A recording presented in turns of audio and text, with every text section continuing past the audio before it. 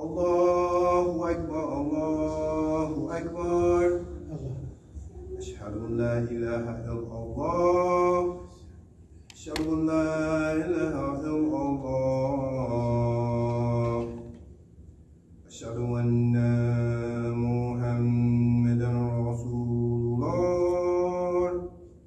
Ashhadu anna Muhammadan Rasulullah.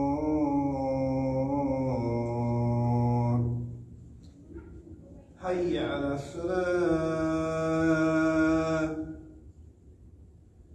Hayya ala salah.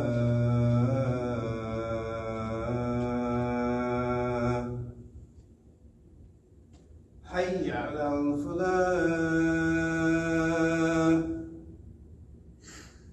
Hayya ala falah.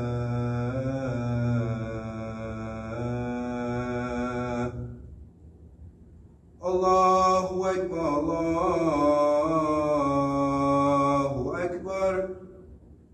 La ilaha illallah.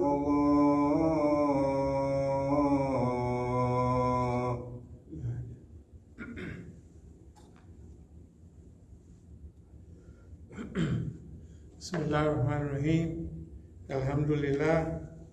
Alhamdulillah ahmaduhu wasta'inuhu wastadihi wastaghfiruhu wa u'minu bihi jalla wa ala wa la akfuruhu wa ashhadu an la ilaha illallah wa ashhadu anna Muhammadan abduhu wa rasuluhu.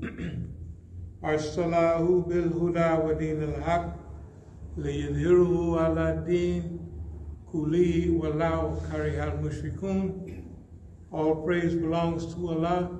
We praise Him, we seek His help, His assistance, and His guidance.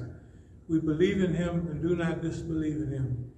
I bear witness that there is no God but Allah, and Muhammad sallallahu alaihi wasallam is His servant and messenger. Allah sent him, that is Muhammad, with Deen al-Haq, the religion, the way, the methodology of truth. And this way of life, known as Islam, will rise to its proper position in this world, whether the mushriks like it or not. Alhamdulillahi Rabbil Alameen. Wa'tasimu bihablillahi jami'an. Hold on all together by the rope which Allah stretches out for you, and be not divided amongst yourself.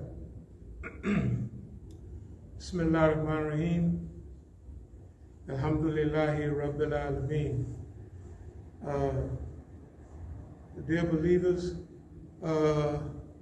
we live in a great and trying time today. And we ask Allah subhanahu wa ta'ala to give us hope, to give us focus, and give us continuity in this great struggle. And we ask along with that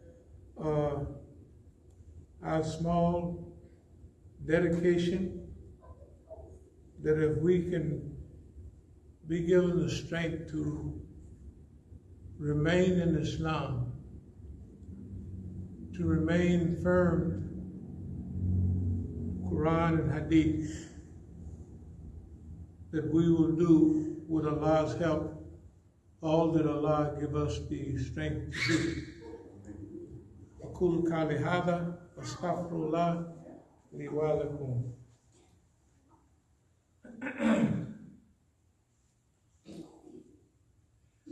Bismillah ar-Rahman ar-Rahim.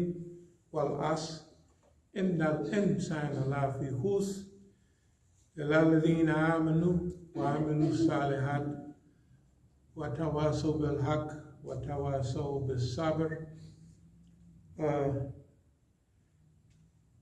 The best translation that I have found for that is, wal asr is by the gift of time, as it has unfolded itself through the ages, recording man's successes and failures. surely man is in a state of loss, except those who believe and do good and join together in the mutual teachings of truth, patience, and constancy. The time in which we live, we didn't have a great choice about that. We didn't choose our parents. We didn't choose the racial makeup, nor tribal affinity. But, as it says, by the gift of time, as it has unfolded itself through the ages, recording man's successes and failures, surely man is in a state of loss except those who believe and do good and join together in the mutual teachings of truth, patience, and constancy. And I remember some of our old articles from As-Sabiqun, mission and movement. You know that as we evolve in Islam, we begin to see it as a mission and a movement, and what part we're going to play in that. And we remember some of our just brief lectures on the subject. Leaderless resistance. Leaderless resistance. That comes out of the concept of, in the West, if we develop any leadership, that leadership's not going to last for long, usually, right? They're going to go to prison, they're going to get killed, they're going to get a flat tire and a car roll over and roll down the hill. That type of thing. So we have a mixed bag, and leaderless resistance is a concept that there is a leader that exists in this so-called movement, whatever it is, that they give certain hints and guidelines, but they're not named as this is the leader so they can go and get rid of that person. We use a little bit of we're a multifaceted movement. So in this leaderless resistance, we also combine many other aspects. And if we will look at a lot of our, these are old writings from As-Sabiqun, and this is strategy, you know, that, now don't worry, boss man don't believe that Negroes have the stability, the patience to conceive of broad ideas. He feels like if you sent a pretty girl down the road, the Negro would be distracted. Just because boss man is 98% of the time correct, don't mean he 100. All he got to do is miss one time, and this is the time he missed. Okay? So, strategy is having a picture of the future that you want to live in. It's like having a picture of life. How many children do I want to have? You're sitting at the table and, you know, what type of house do I want to have and live in ultimately? What type of environment do I want to live in? What type of people do I want to be associated with? All that is visionary, and eventually you can combine all of those type of things in what's called strategy. Now, I guess this is 2008, this is a while ago. These are old As-Sabiqun. Strategic management under conditions of repression. So it's strategic management, but it's under times of continuous confrontation with the enemy, continuous harassment, right? And you having a vision of what your part or your group will play. And we have some of our writings that we say standing for truth may mean standing alone. Well, this is some of our old writings. It means, and that's truth. If you're you study your environment, and you make a study, and you come to a conclusion that if we're gonna stand for truth, right, we may be standing by ourselves. And that's all right if you're ready for it. But that takes special kind of people, because the average human being, until they really mature, so especially when they're young and junior high school and on through that, they don't really form good character, their character, till they get much older. So during those periods when we're associated, or the ability to be led or misled is very prominent.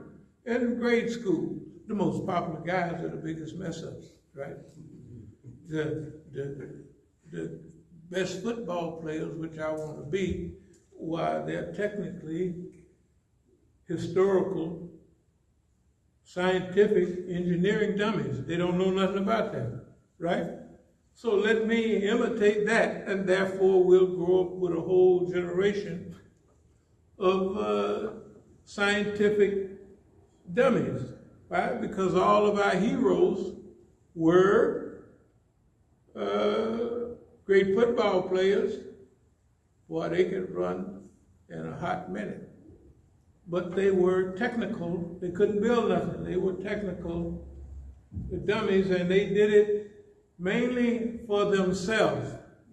You remember this opens up with وَاعْتَصِمُوا بِحَبْلِ اللَّهِ جَمِيعًا. Hold on all together by the rope which Allah stretches out for you, and be not divided amongst yourselves, right? So, وَاعْتَصِمُوا, the word asma in Arabic comes from the old word that meant secure. The capital city used to be called Asma, and a fortification. Why? Because it was secure and it was surrounded. So this ayat means fortify and secure your Islam all together, right? Jami'an, right? By this unity, by this structure and this organization. And you know all of our favorite وَالْعَصْرِ إِنَّ الْإِنسَانَ لَفِي خُسْرٍ إِلَّا الَّذِينَ آمَنُوا وَعَمِلُوا الصَّالِحَاتِ وَتَوَاصَوْا بِالْحَقِّ وَتَوَاصَوْا بِالصَّبْرِ. By the time, or by the gift of time, as it has unfolded itself through the ages, recording man's successes and failures, surely man is in a state of loss, except those who do good and join together in the mutual teachings of truth, patience, and constancy. So this teaching of truth is why we have always presented certain articles on strategy, because strategy or strategic, we have to go a step further. Strategic management under conditions of repression. It's different just having a group, movement, or an organization. How do you act when you're under 24-hour surveillance? Your whole movement historically have been subverted, misdirected, and your leaders have basically been killed. And when you know that, you have to have some serious method of how you're going to work. Strategic management under conditions of repression. And then while us, by the time, or the token of time, or the gift of time. Of course, you think about it, our greatest gift is time. And your greatest loss will be when you pass away, right? And in one rendition of hadith, there was one man, he was passing away, and he kept looking at a pillow that he had. And so after he died, Umar went and he looked behind that pillow. And that was a big bag full of money or gold. And Umar was very sad because at his time of death, his mind was on something that where he's going was not going to do him no good, right?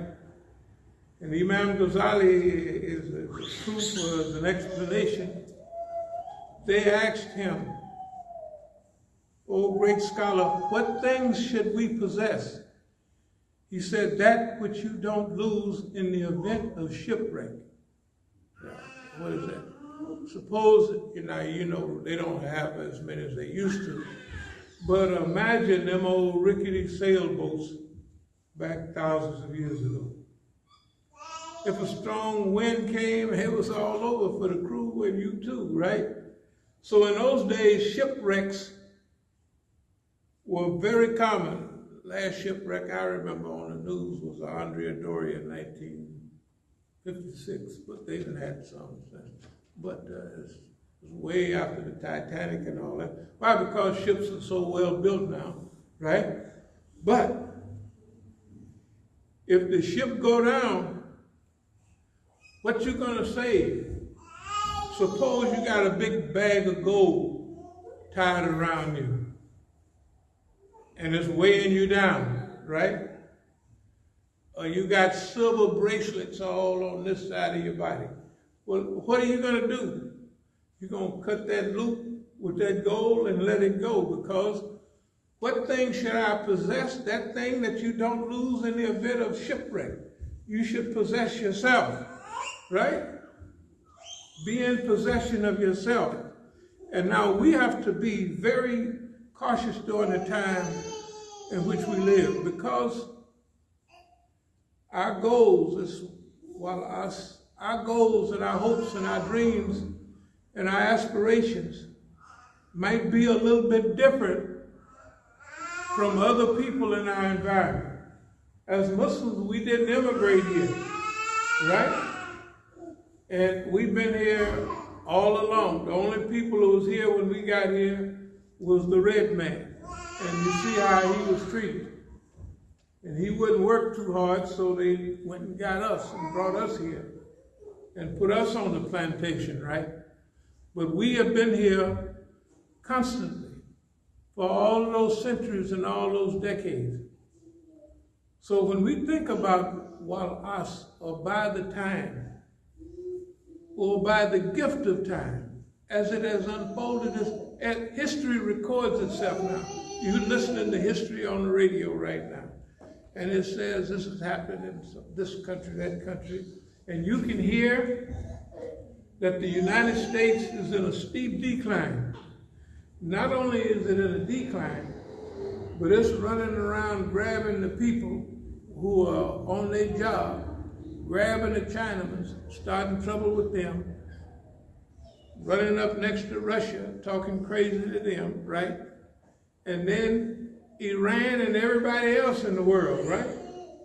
The United States starting trouble with everybody. And what he's doing is what he's already done. He done sanctioned everybody, so he done forced everybody up to today to establish independent currencies outside of the U.S. Now, when a system is going down, a lot of the mistakes it makes, they forecast its future decline, and it's continuous with that. The worst thing the United States could do right now is get people off the dollar or stop saving the dollar. When I used to travel wherever I lived, everybody saved the US dollar, right? That was the most famous currency in the world. But in recent years, the US has sanctioned everybody. And if you're not on the dollar thing, you can't do no business with us. Well, that's fine for everybody else that want to do right for themselves. But I want you to think about how crooked and how rotten the United States government and its leaders are. They make an estimate every year. Example. Pablo Escobar and them over 20-something years ago, they told the United States government, they told the Colombian government, if you refuse to sign an extradition treaty with the United States government, we will pay off, this is the dope dealers, we will pay off Colombia's foreign debt. You know how much money they owe? $4.5 billion. They had that money cash. They got it stacked on big right there. That ain't nothing for them because they've been sending shiploads. You know, when we used to smuggle, we'd smuggle it by the kilo. A couple of keys here, a couple of keys there. But they got it for the last decades. Is where they have it by the boatload, like 500 kilos, 1,000 keys, 2,000 kilos. Now, about that money, they turn that money over here in the United States. They make that money and they take it back to South America. Spend it anywhere. The American government estimates how much money is turning over in the United States, how much money is going overseas, right? Why? Because everybody down there and over there saved their money in US dollars. Now, I want you to try to understand that. They know that money is going out, so they signal the Treasury, well, if Colombia got $4.5 billion, they're going to give somebody not to do such and such. So we estimate they're hooking up $10 billion per year. Right? Now, the Treasury, right over across the street, U.S. Treasury, estimates how much money is down there and over there, and this happening all over the world, right? I don't care whether you're in Africa and Asia, South America, everybody saved their money in dollars. But now some in euros, you know, some in other currency. And then they print that money. So they said they were going to give $4.5 billion. Okay, well, we're going to print $10 billion. Because they're going to take that money and it's going over there, which is true. But now I want you to imagine next year, in a few months, when everybody in Africa, everybody in Europe, everybody in Asia that's got US dollars, right? Go and try to cash them in when the national currency or the global currency change to what they call a bundle of currencies. That means whether it's the yuan and others, other countries are being forced because they have been put on sanctions, all of them, right? So they have to have what they call a bundle of currencies when they do business. See, all the people over the world now, they're not just locking their money in US dollars. They have a bundle of currencies. It may be the yuan, it may be some rubles in there, it may be, they call it a basket of currencies. That's what they call it now. The foreign minister of Iran called it, in the latest lecture, called it a basket of currencies. All those currencies they can deal in. What happens in a few months, which is headed that way, the United States currency hits rock bottom. Or everybody overseas panic and they start turning in those $50 and $100 bills, and they want what that represents. And the U.S. can't produce it. Well, what does that mean to you and I here? We're not overseas, but the inflation will be so heavy that you have to get ready for rebellion. Like the people in Europe, they don't know it. But guess what? You got to remember, you living with boss man, and boss man don't think about nobody else. I'll get back to this point. So what boss man has said is, okay, you Europeans, I want y'all to cut your gas that you're getting from Russia. I want you to cut it right now. No more gas. Now, Europe, you know, that's up that way. And it gets cold in Europe. They say this year is going to be cold. Okay. Now, if you got a deal in rubles to get yourself warm, why? People over there going to be freezing to death. And we say, here's all you do. Don't be arguing with the United States. I say, you take all your publicity, and right in the middle of December, when it's the coldest, I say, you flood the market with pictures while you sitting in your living room, teeth chattering and freezing to death. And if you do have heat, it costs you $1 billion, whatever currency it is, to keep just from freezing to death. I don't know if you've been into Europe in the winter, good God Almighty. And the farther north you get, the colder it gets, right? And Russia done cut off the heat. So that means you got to pay 10 times the heat. I want you to understand what this is doing and going to do to the average citizen who's already striking because of rail prices, because of everything. They're already on strike, right?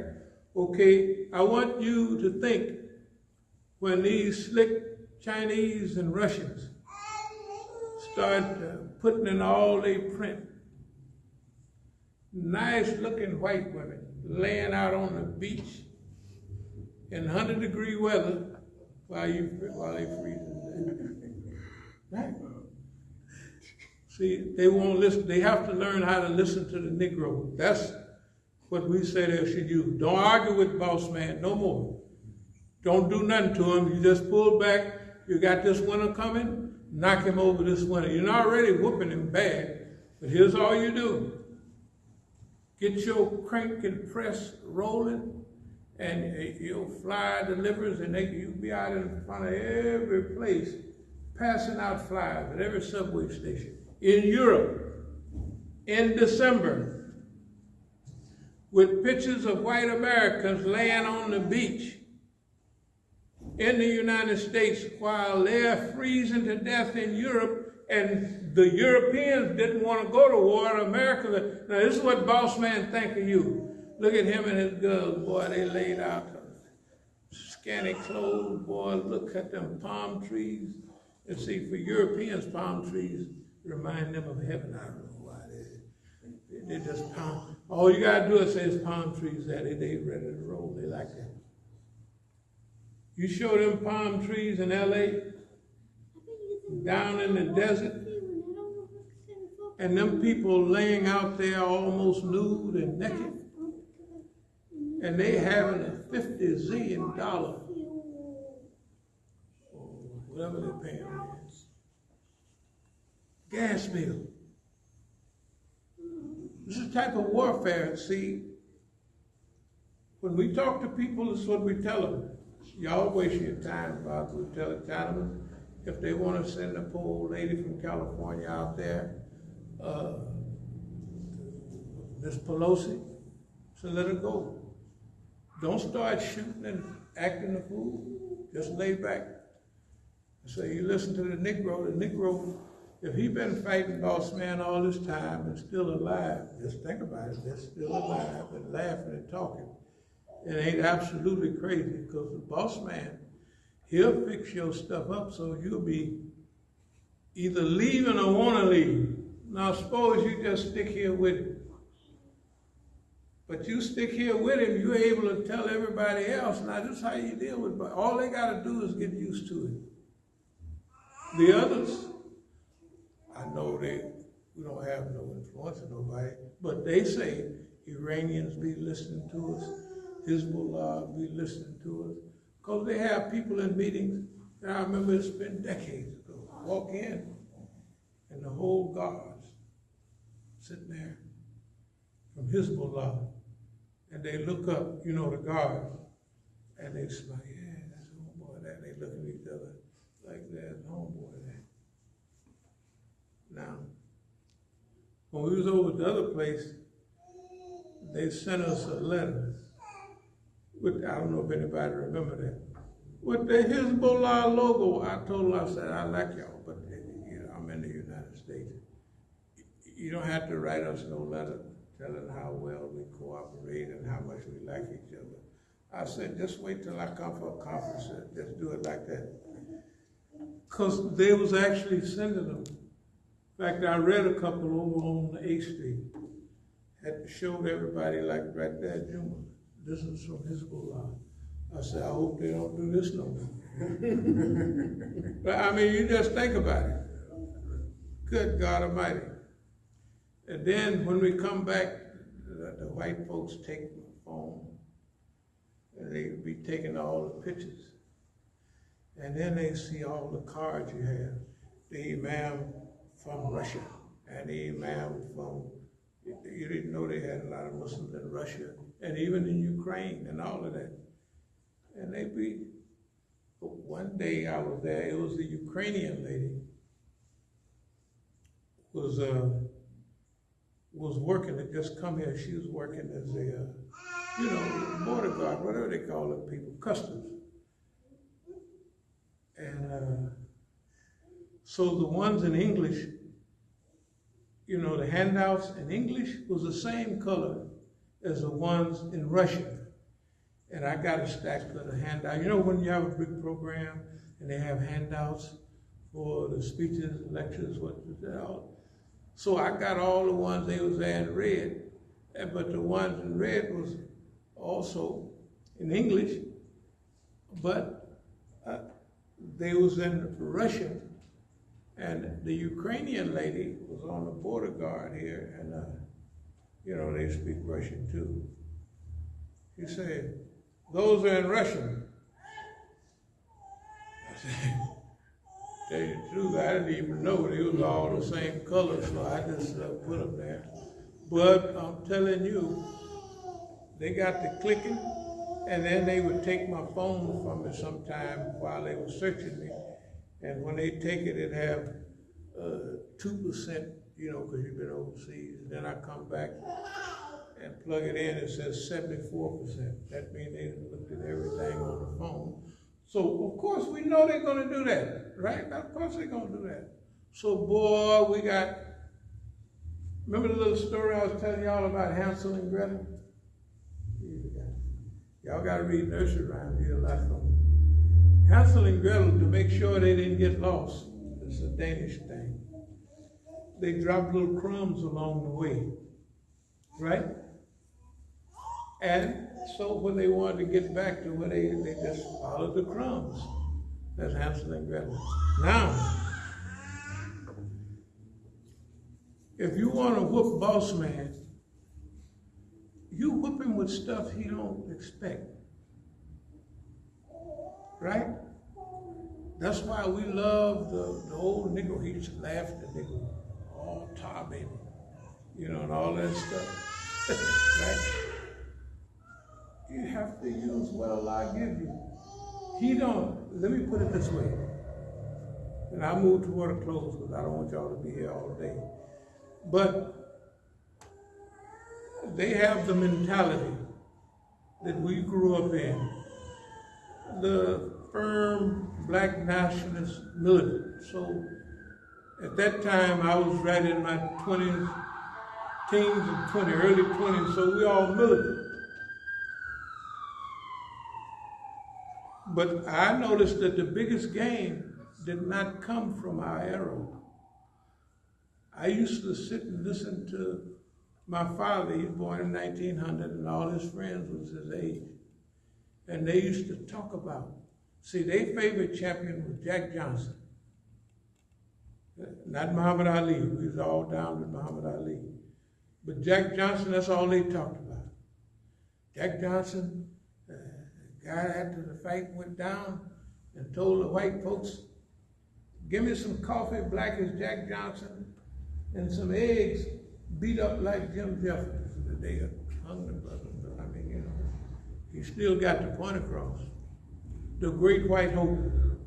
Now, they had a mentality. How did they get by, still maintain their character, right?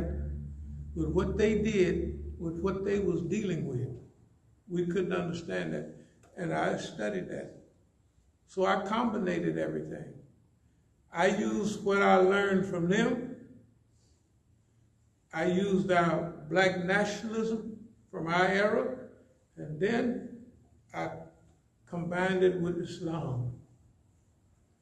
Boy, that's a wonderful combination. That's why we're still here right now. It ain't going nowhere, you know, till the curtain falls. Yeah, I'm just trying to tell you, you have to use what Allah give you. That's why we're still here. We've been here, I don't know, centuries, or will seem like it, long time. Every trick in the book. I don't care what happens. If we go over to an immigrant program, brothers have been, we go over, we just want to be friendly. And like we have food down there, well, we may not have none today, don't worry, we'll be back next week. And we serving good food, big old chunks of chicken and all kind of rice they like with their flavor. And their picture of Negroes is they're always begging. They're never giving nothing. And here we are, with long tables full of delicious food, and we're giving it away. And actually won't accept no donation. They said, good God Almighty. Then they sent an Indo-Pakistani man to say, please let me help. So he could stand in front of our, hey, take on halal joint. He could stand in front of the table, right? Think about it. And all the Indo-Pakistanis, just right in Baltimore, will think that we working for him. What else they gonna think? They know one thing, ain't no Negroes gonna give away no food. That big chunks and that well prepared, right? And it's a favor they like. They'll even steal your food, they'll do everything, right? But I want to tell you that service to humanity is the greatest feeling. If we go out with boxes and collect a lot of money, that feels pretty good. But when we go out and give, ask any of the brothers, and just give food away, that feels twice as good, no matter how much, well, I'm telling you what I feel like. They may feel like the more money, the better. But I'm just telling you how I feel. The more we give away, the better it feels. That's why the hadith said the upper hand is better than the lower. I know you might see this stuff as that we Muslims are not going to win because of Palestine and all that. We say, ain't no way we not going to win. There ain't no way we not going to win. Well, I done promised that. Just say La ilaha illallah and what? Hold fast. Isn't that right? That's what the hadith say. Hold fast. Okay, now, the other thing is peer group pressure. Don't worry about what other people say or think about what you're doing. If we did that, we wouldn't be nowhere. And if you're right, I mean, we got some stuff here from a long time ago about the wars in Iraq and what we're going to do. Let me see if I got one. But anyway,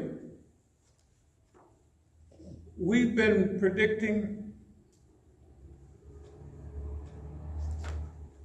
what's been going on here in America and around the world all the time.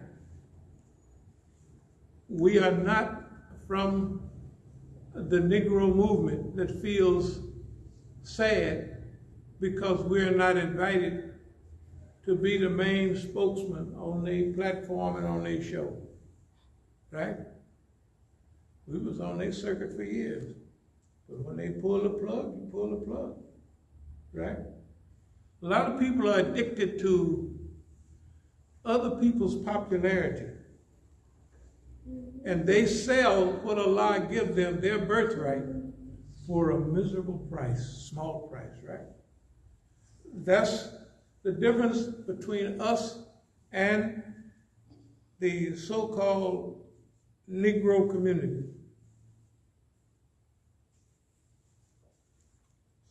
Responsible Islamic, leadership in the era of evolution and revolution. So this is an old article about 2011, but it's still up to date. Responsible leadership in this era. When everybody is hiding, we come out, right? Responsible leadership in the era of evolution and revolution. That's what we're having right now at the same time.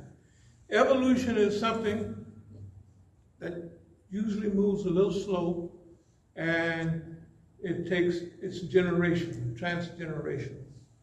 Revolution is usually an uprising or a change that happens kind of quickly. Maybe historically it's been building up for that, right, for a long time. But when you see it, it happens quickly.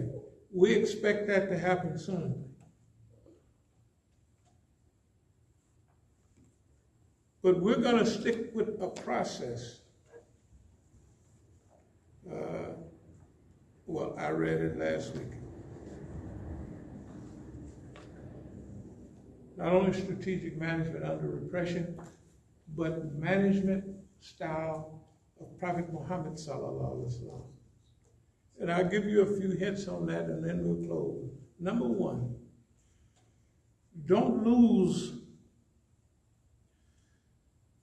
your faith in humanity or your people or the ones you're working with. Because according to scriptures, they're going to drag you to the line all the way. They're going to take you all the way up. When you get ready to step over the line, you're going to be on your last breath. Boy, the Negro is serious. You know. So never lose hope of Allah's soothing mercy. Go see about Joseph and his brothers. Go see about the Negro who was brought over here now, and I'm going to move toward a close, but you got to remember, when you think of the condition of the people, then you can understand better. Everybody come here, they bring their root and their language with them, but we cut at the root, right? Cut at the top. You couldn't read and write. They cut you off from your history. Everybody else, they come here, Italian, you see restaurante. right? Or whatever. See, I Italian flag. I don't care, Greek, everything. They can speak Greek. How many of y'all speak Negro talk from back the way? The only thing any of us remembered was, and we didn't know what it was, eeny, meeny, miny, mo. Catch a nigga by the toe. If he holler, let him go. Eeny, meeny, miny, mo. You know what that is? That's West African counting. 1, 2, 3, 4. Is that right? Eeny, meeny, miny, mo. That's the only thing we didn't bring nothing with us. Why? We was cut off at the root from our history.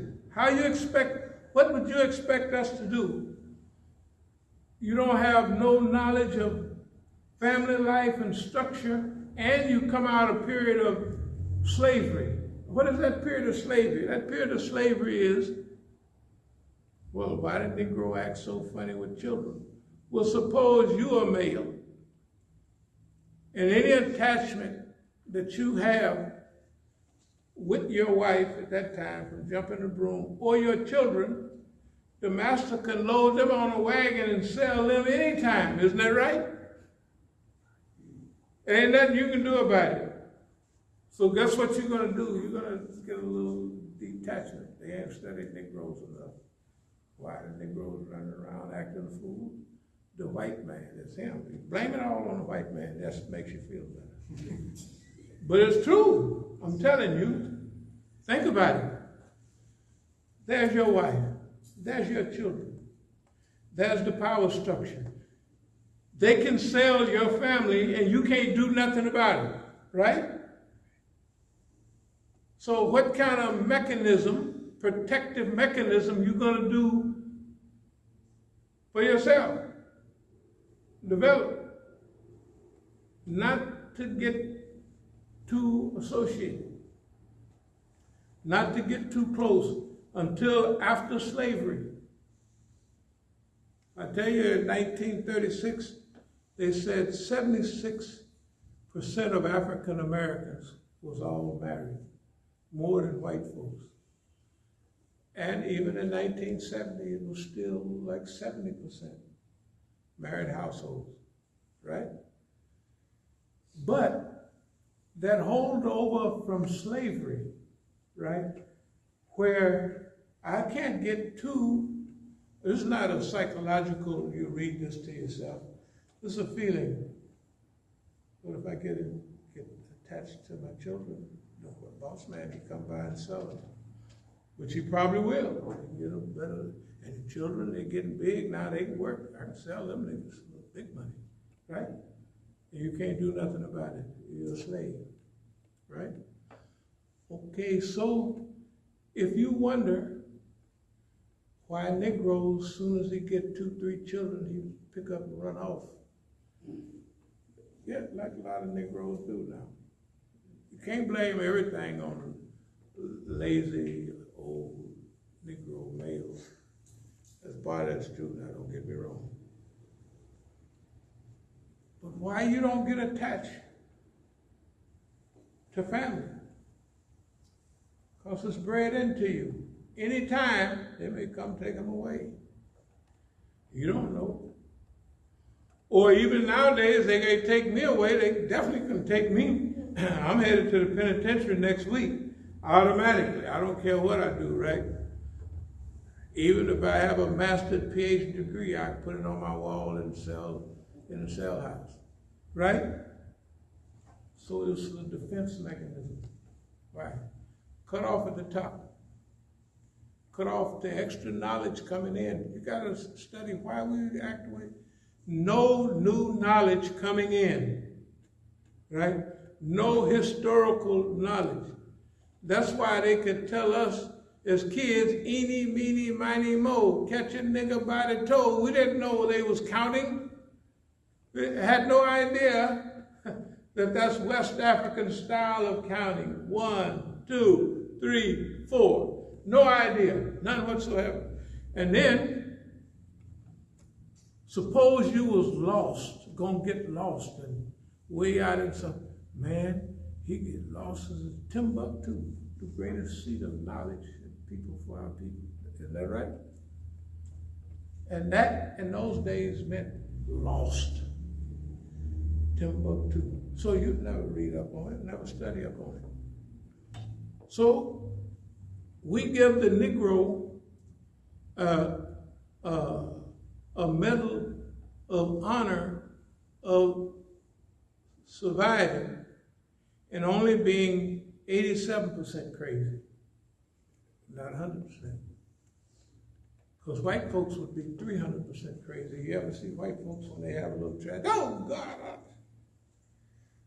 They jumping off bridges. If niggas jumped off bridges for being treated bad, they'd have to have a, good God Almighty, it wouldn't be no water under it. It'd just be stacked up with Negroes. They wouldn't have to build no bridge. They just throw a big thing across the Negroes, right?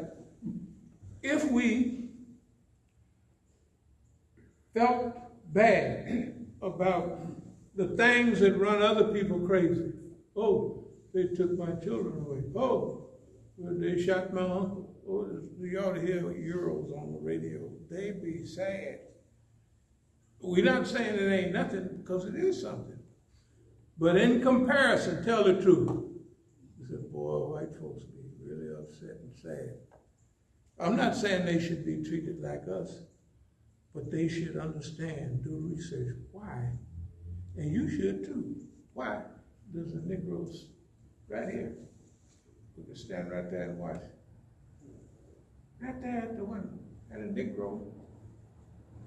If the white man comes, they take all their guns and throw them in the bushes over there. Anybody remember those days?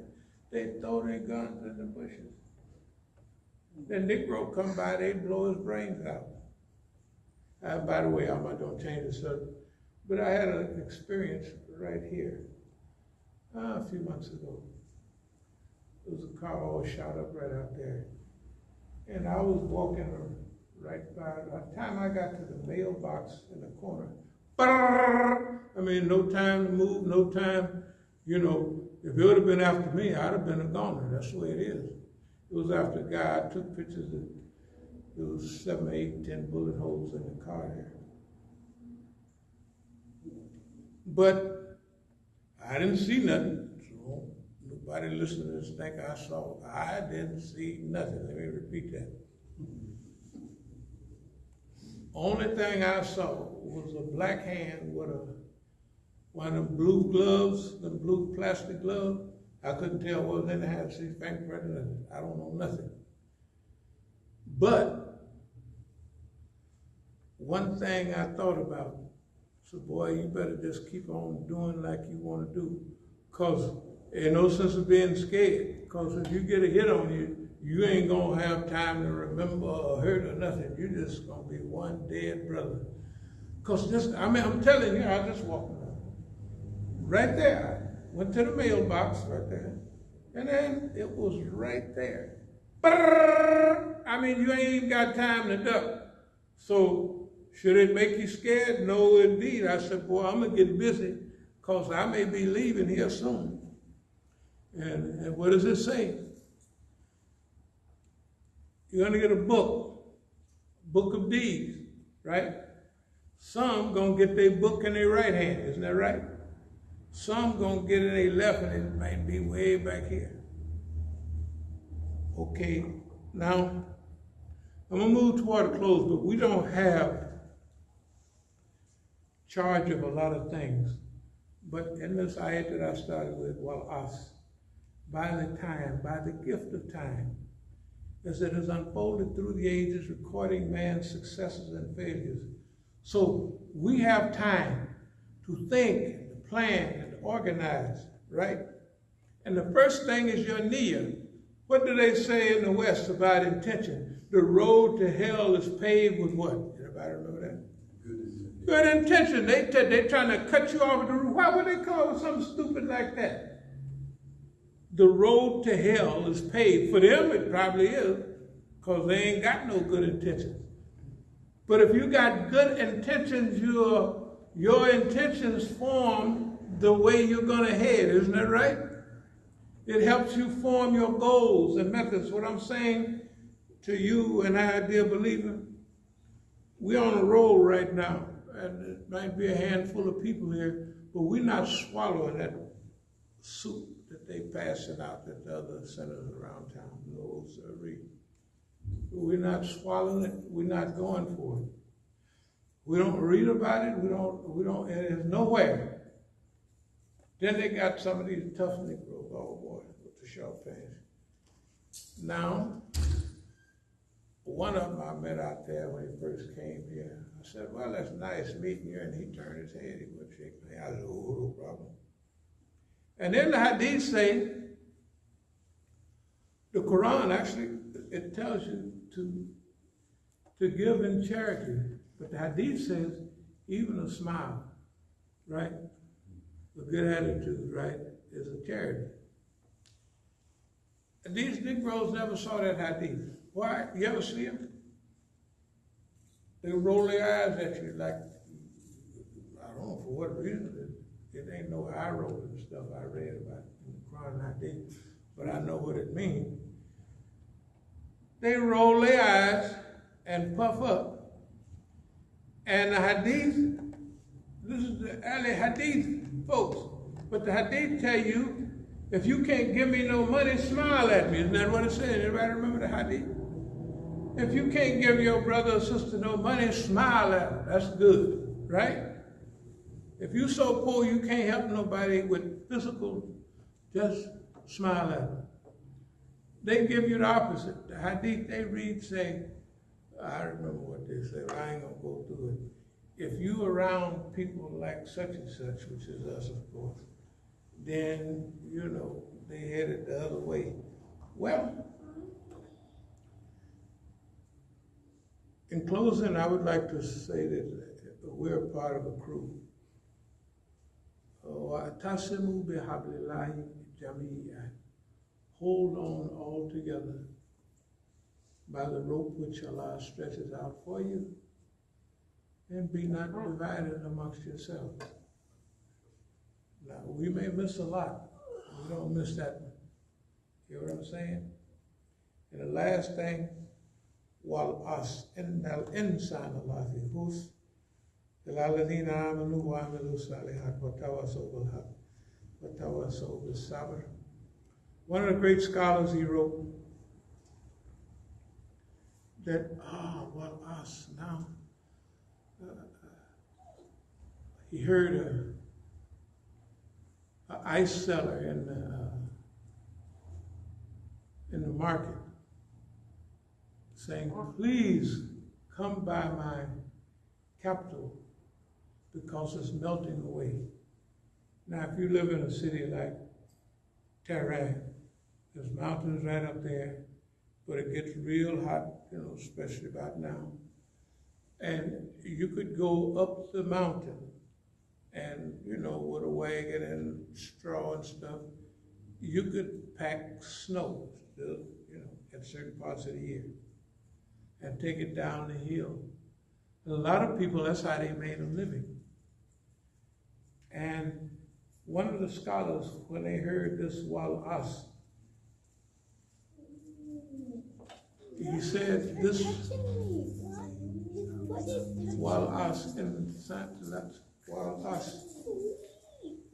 الإنسان لا في خسر الذين آمنوا وعملوا الصالحات وتواصوا بالحق وتواصوا بالصبر. Okay.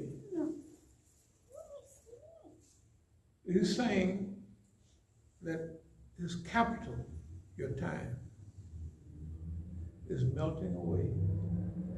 Right? Your life is, I don't care how you look at it, is easing away. So do good deeds. Look, they can say what they want, but we know what we've done here. We've been on the forefront of everything and right there with everybody, and we've been down with the rescue of Muslims. We have not been for the oppression of any Muslim or technically any human beings, right? And we use our talks to spread those ideas and spread unity and harmony. And we know that we have to be doing the right thing, because if you were here regularly, you would see what happens all the time. This disappears, that disappears. We say, oh, that's fine, no problem. There's some disappearing today. Our speaker, I guess, no big deal. It ain't no big deal. Why? Because the road to paradise is paved by good intentions. Those people say the road to hell. They're trying to cut you off before you even think about doing good, before you even want to do good. They don't want you to have no good intention. They say the road to hell is paved by good intention. People meant to do good. That's not. If you meant to do good, you got a chance of doing no good. They don't say the road to hell is paved by double cross and lies and fitness and foolishness, right? So they saying that's basically all right. But don't even think about doing good. That's how these mean old people trying to ruin our life. Cut off at the root. Cut off at the top. Couldn't read and write for decades. And transplanted over here. Good God Almighty. And I'll close with this. It reminds me of a beautiful bonsai tree in a Japanese garden. I saw that. I said, that's the prettiest tree I've ever seen. He said, yeah, it's 100 years old. He said, my grandfather planted that tree. He said, he planted it, and then the rest of my family would transplant it. And every now and then, we would clip it at the root so it don't get too big, clip it at the top so it fills out right, and transplant it. So now this has been going on for 100 years in California. So what about you? If you're cut off at the root, when you was coming up, what was the dark continent over there? Ain't but people grass skirts, right?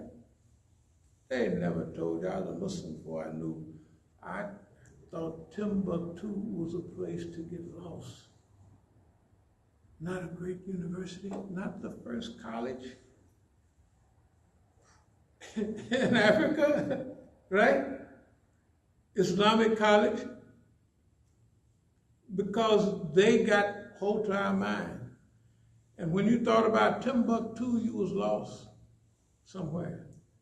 And when you thought about Africa, you thought about people running around, remember the people on Tarzan, with grass skirts on. You got to think now, and I'll close. If the white lady, Jane, fell in the water, Tarzan would jump in that water with his knife and cut that alligator to pieces, isn't that right? Then whoop his behind. Do you remember from them high cliffs and people falling in the water, what happened to you? Anybody jump in and save you? Absolutely not. Anybody whooped the alligator?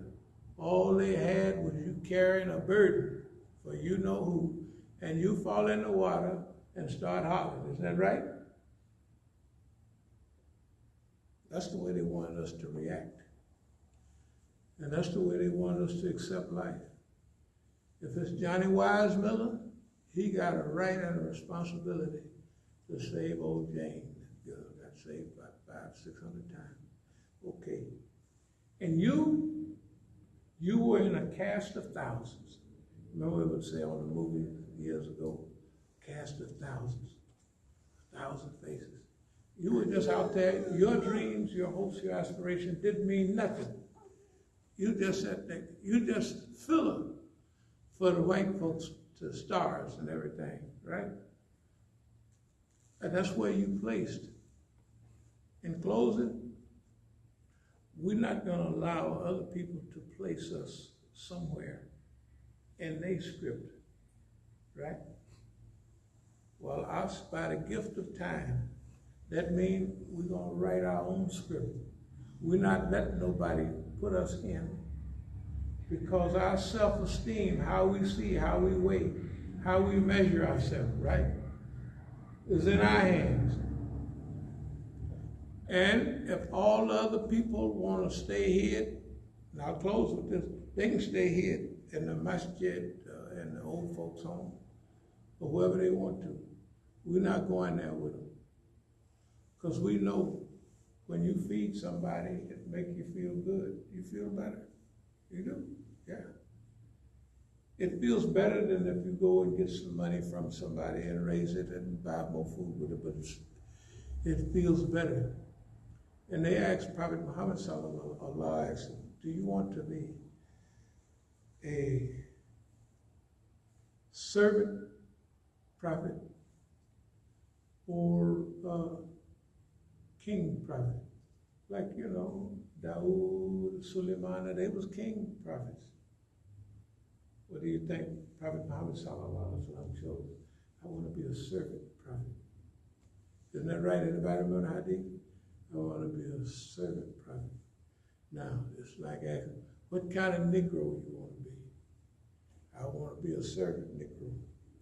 And I'll close, this is important. You don't have all the pictures, I'll bring them later. I got a chance to have all the money, way more money than a collection of Negroes will ever have. The biggest Negro in the region, ain't no doubt about it. And it wasn't no fun, I'm just telling you, it's pitiful. With all them pretty cars, all them tenders and all of that, it wasn't no fun.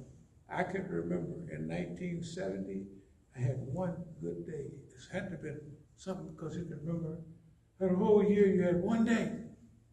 You had all the money, all the businesses, everything. I'm just trying to tell you. But this, what's going on now, never a dull moment, never a sad moment, always inspirational. And remember, what Allah told the prophets, go and see about Joseph and his brothers, right? Not yourself. You're already rested, so-and-so. You don't have to worry about yourself. I'm just trying to tell you, service to humanity is 10 times as much fun as serving yourself. No matter how much you give away, and no matter how much you get in return, it feels better. O Allah, we seek thy refuge from anxiety and grief. We seek thy refuge from lack of strength and laziness. We seek thy refuge from cowardice and ignorance. We seek thy refuge from being overpowered by debt and the oppression of men. O Allah, suffices what is lawful, keep from us what is prohibited. With thy grace, make us free from want of what is beside it. Ameen.